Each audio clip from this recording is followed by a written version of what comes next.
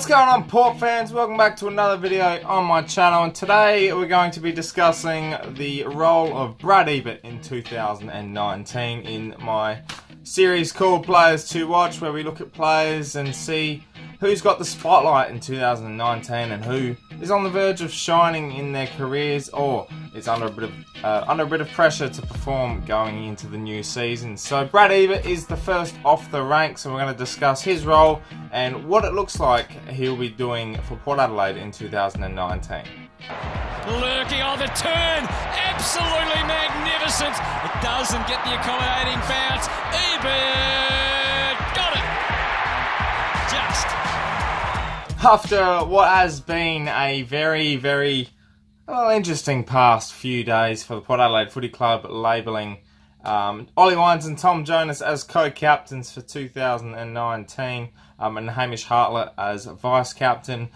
It's been a very controversial past couple of weeks, especially last Thursday, but we're here to discuss Brad Ebert, and I think this will bring a little bit more positivity back into the Port Adelaide camp, especially amongst the fans, because we're less than 30 days away from round one, and with JLT coming up this week for the first one against Adelaide in Port Pirie, I thought what a better time to discuss what potential players to look out for this year. Brad Ebert, as I said before, is the first one off the ranks, and for 2019 he's looking like he's going to play a predominant forward role. This was the idea of Nathan Bassett, who decided that Brad Ebert needs a challenge, and as much as he is a fantastic midfielder, gathers plenty of possessions, and a ferocious tackler of the footy, he definitely is someone that is coming to a point in his career where he needs a little bit of a fresh up, a little bit of a change, and I think going forward is a fantastic idea indeed. I've said this for quite a while now that I think Brad Ebert should play forward. He's a fantastic pressure act. As I said before, he's a ferocious tackler, and it's a great overhead mark, which I think in our forward line sometimes it does lack, and especially a target like Charlie Dixon, Justin Westhoff, who always seem to present but sometimes can't pull down that big mark. I think Brad Ebert is a fantastic option for that. And what he essentially can be as well is an alternate option to those likes of Charlie Dixon, Robbie Gray, Justin Westhoff, Todd Marshall, or Jack Watts if he goes down there. I think now the biggest thing for Ebo is that if he can convert on the scoreboard, get 15, 20 touches a game, 4 or 5 tackles, I think that's a very productive game for Brad. And, Kenny has said himself, and so has Bass and Vossi as well. They've all said that Ebo will spend some time in the midfield, like Robbie Gray does, chopping and changing. But I think now, for Ebo to go forward, this is going to release Tom Rockcliffe a bit more. We saw Rocky playing that forward role on some occasions during games last year. It didn't really quite work out because Rocky was more of a he wasn't really match fit on some occasions, and it wasn't as effective as I think Brad Ebert can be.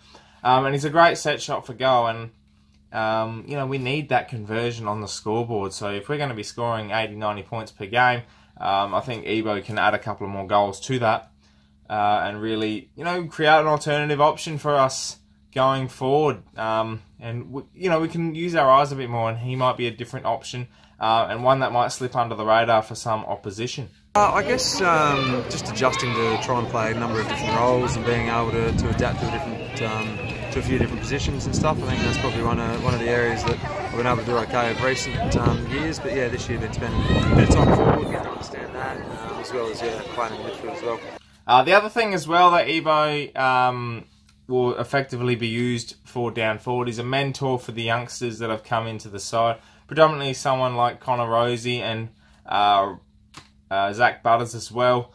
He is definitely that mentor type now, and he's been in the leadership group. He's a fantastic leader of the Port Adelaide Football Club. He's a veteran now, going 29, I think he is.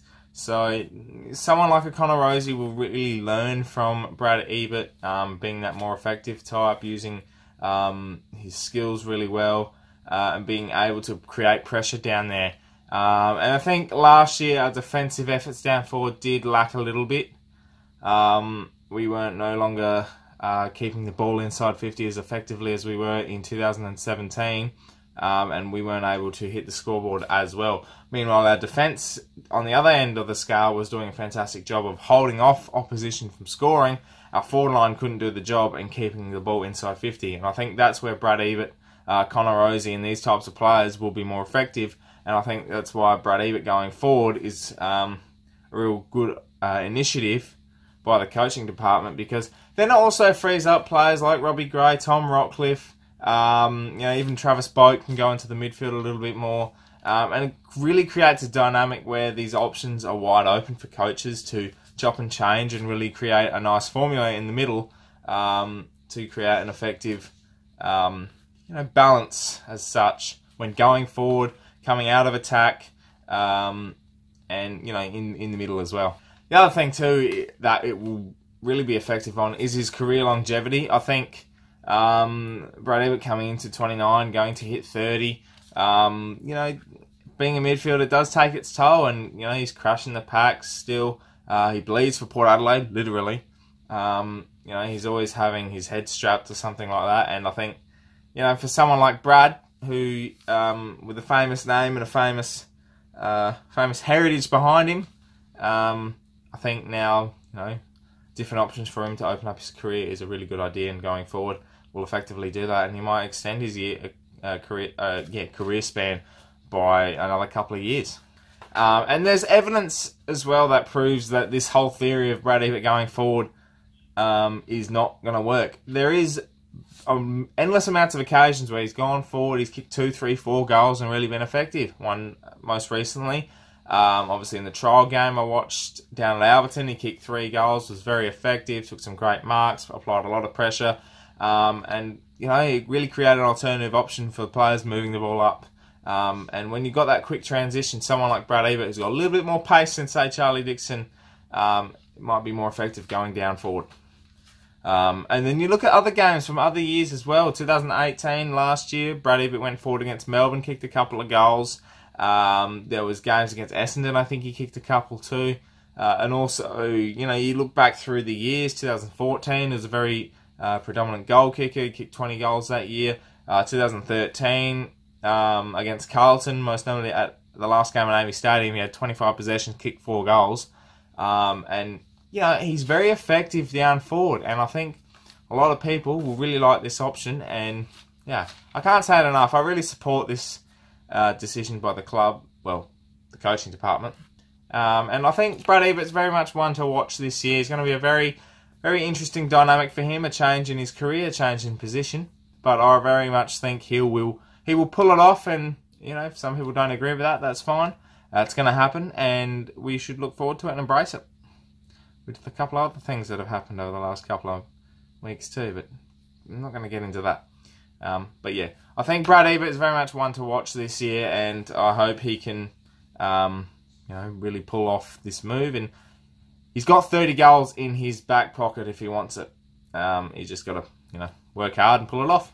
Well, Port fans, this wraps up the first edition of Players to Watch featuring Brad Ebert. Looking forward to doing plenty more of these across the JLT series and building up to round 1. There's going to be a couple of players that are very much on this list that are very intriguing propositions going into 2019. If there's one that you're particularly looking forward to watching this year, or one that you are keeping a close eye on, comment below and I'll look through it and maybe do a little episode on it as well.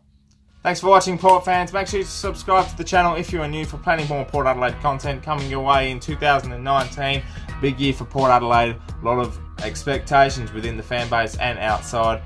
So it's going to be a very challenging and a very exciting year. So, Port fans, my name is Anthony, and as always, can the pair.